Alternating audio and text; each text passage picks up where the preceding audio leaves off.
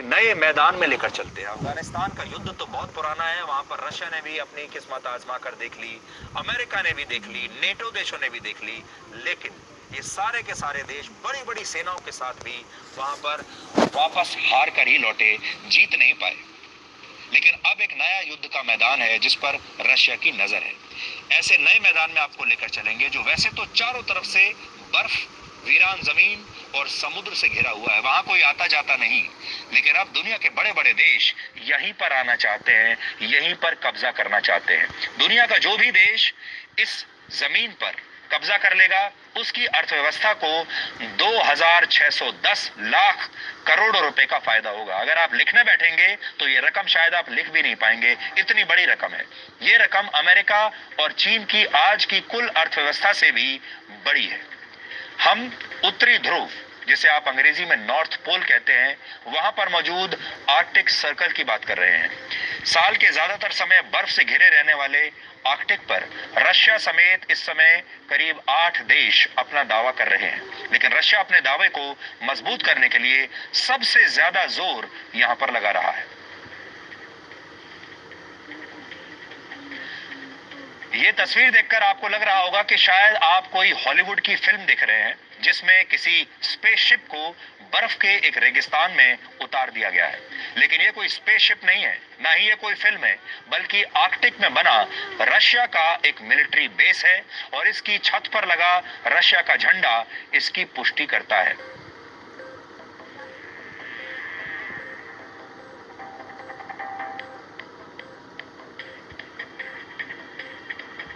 Russia के इस military base में एक साथ 150 सैनिक रह सकते हैं और इसमें रेडार भी लगी हुई है और यहाँ एक एयरफील्ड भी है जिस पर किसी भी विमान को उतारा जा सकता है। बर्फ के इस रेगिस्तान में रशिया का ये अकेला सैन्य ठिकाना नहीं है, बल्कि रशिया ने इस इलाके में कई जगहों पर अपने सैनिक और आधुनिक हथियार तैनात कर दिए हैं।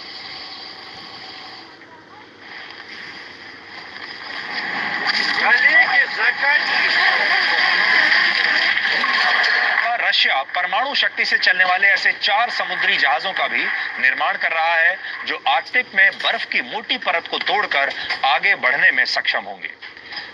और देखिए वहां अपने सैनिकों के लिए भी रशिया ने खाने पीने की हर तरह की पूरी व्यवस्था की है। अब आप सोच रहे होंगे कि इस बर्फीले समुद्र पर कब्जा करने से रशिया को क्या फायदा होगा, तो इसका जवाब भी आर्कटिक की इस पिघलती हुई बर्फ में ही छिपा हुआ है। पूरी दुनिया के लिए आर्कटिक की बर्फ का पिघलना जलवायु परिवर्तन का एक मुद्दा हो सकता है, लेकिन रशिया इस जलवायु परिवर्तन का पूरा फायदा उठाना चाहता है। जैसे ही आर्कटिक की ये बर्फ पिघलेगी वैसे ही यहाँ से समुद्री जहाजों के लिए एक नया रूट खुल जाएगा जो नक्शे पर कुछ ऐसा दिखता है जैसा अभी आप देख पा रहे हैं, और इसे नॉर्दर्न सी रूट कहते हैं।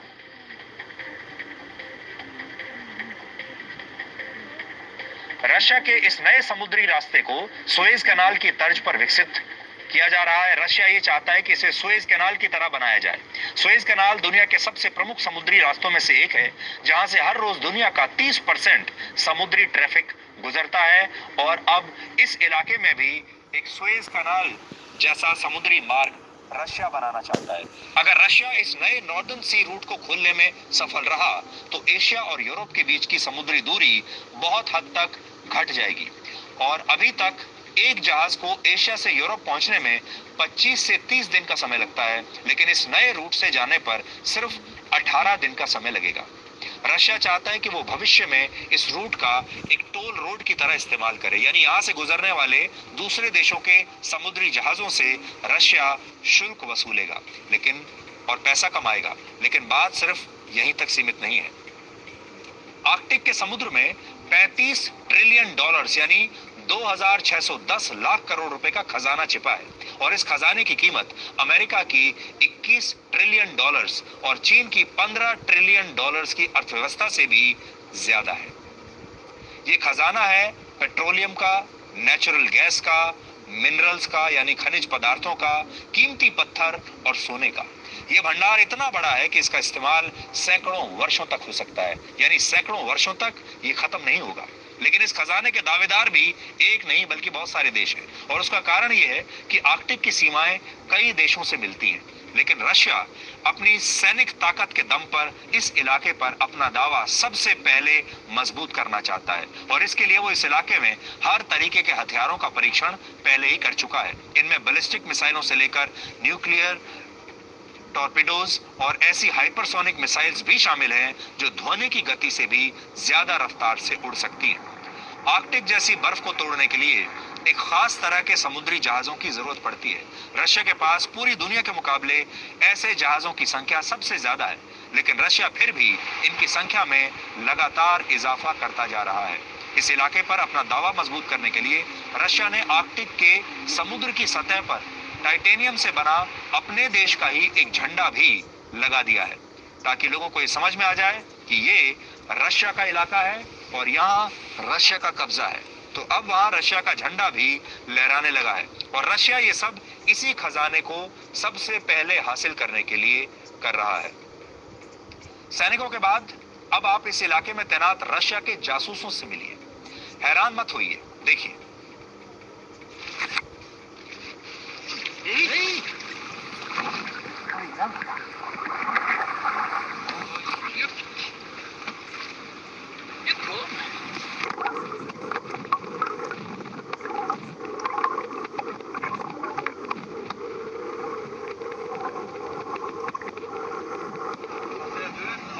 ये जो अभी आपने मछली देखी, ये बेलुगा वेल है और बेलुगा वेल सच में इस इलाके में रशिया के लिए जासूसी का काम करती है।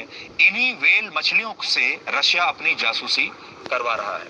वर्ष 2019 में नॉर्वे के कुछ मछुआरों ने एक ऐसी ही बेलुगा वेल को पकड़ा था जिसकी गर्दन पर एक कैमरा और कुछ इलेक्ट्रॉनिक उपकरण लगे हुए थे और इन उपकरणों पर लिखा था कि ये रशिया की प्रॉपर्टी है। हालांकि तब रशिया की सरकार ने जासूसी की बात से इनकार किया था, लेकिन अब जो तस्वीरें हम आपको दिखा रहे हैं वो आपको किसी हॉलीवुड फिल्म के किसी एक्शन सीन की तरह लग सकती है।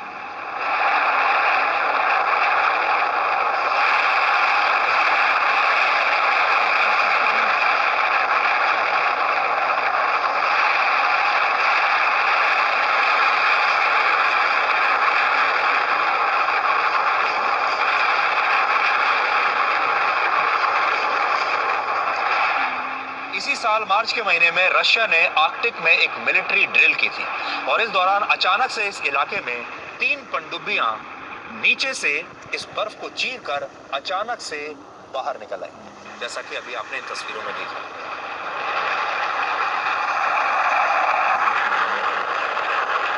इन पनडुब्बियों ने यहाँ बर्फ की 1.5 मीटर से ज्यादा मोटी परत को तोड़ दिया था और रशिया ने बाकायदा ड्रोन कैमरों की मदद से इस पूरी ड्रिल को फिल्माया और फिर इसे ऑनलाइन पोस्ट भी कर दिया ताकि दुनिया इस इलाके में रशिया की ताकत को देख सके, बाकी के देश भी इसे देख सकें। और कल ही रशिया ने प्रशांत महासागर के ऊपर उड़ रहे अमेरिका के एक प्लेन को अपने फाइटर जेट्स की मदद से वापस लौटने पर मजबूर कर दिया था। प्रशांत महासागर के एक बड़े इलाके पर भी रशिया का ही नियंत्रण है और वो किसी भी कीमत पर यहाँ अपनी पकड़ कमजोर नहीं करना चाहता। कुल मिलाकर रशिया समुद्र की महाशक्ति बनना चाहता है ताकि वो समुद्री रास्तों पर निर्भर दुनिया की अर्थव्यवस्था को नियंत्रित कर सके और आर्कटिक की पिघलती बर्फ पर भी रशिया इसीलिए अपनी नजरें जमाए हुए है।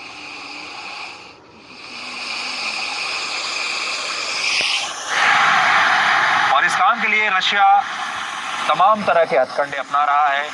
वेल मछली पर कैसे उन्होंने अपने कैमरा फिट कर दिए हैं, कैसे वेल मछली के जरिए वो तस्वीरें ले रहे हैं, वीडियोस ले रहे हैं, जासूसी कर रहे हैं, ये तस्वीरें भी आज हम आपको दिखा चुके हैं। लेकिन सिर्फ रशिया ही इस इलाके का सबसे बड़ा खिलाड़ी नहीं है, और भी लोग हैं। अमेरिका और चीन की नजरें भी इसी इलाके पर है। अब हैरानी की बात यह है कि अमेरिका तो उन 8 देशों में शामिल है जिनकी सीमाएं आर्कटिक सर्कल से मिलती हैं, लेकिन चीन के साथ ऐसा नहीं है। लेकिन फिर भी वो खुद को इस इलाके के एक दावेदार के रूप में स्थापित करना चाहता है, क्योंकि जैसा हमने आपको बताया, आर्कटिक में मौजूद प्राकृतिक खजाने की कीमत चीन की मौजूदा अर्थव्यवस्था से भी दुगनी है। चीन न सिर्फ आर्कटिक में बल्कि उसके आसपास मौजूद देशों में भी भारी पैमाने पर निवेश कर रहा है, और ऐसा इसलिए क्योंकि जो इस इलाके को जीतेगा वही दुनिया की असली सुपर पावर कहलाएगा। क्योंकि अब समीकरण बदल चुके हैं। दूसरी तरफ अमेरिका है जिसका अलास्का राज्य आर्कटिक महासागर को छूता है। इसलिए अमेरिका भी ये कहता है कि आर्कटिक से हमारी सीमाएं लगती हैं, इसलिए हमारा दावा इस पर है। अलास्का आकार के हिसाब से अमेरिका का सबसे बड़ा राज्य है और दिलचस्प बात यह है कि यह राज्य कभी एक जमाने में रशिया का हिस्सा हुआ करता था, लेकिन 1867 में रशिया ने अलास्का को सिर्फ 54 करोड़ रुपए में अमेरिका को बेच दिया था और आज इसी अलास्का के रास्ते अमेरिका आर्कटिक में अपनी पकड़ मजबूत बनाना चाहता है। दुनिया के तमाम बड़े देशों ने कैसे इस ठंडे और वीरान इलाके पर कब्जा करने के लिए एक नए शीत युद्ध की शुरुआत कर दी है, इस पर आज हम आपको एक खास रिपोर्ट दिखाना चाहते हैं।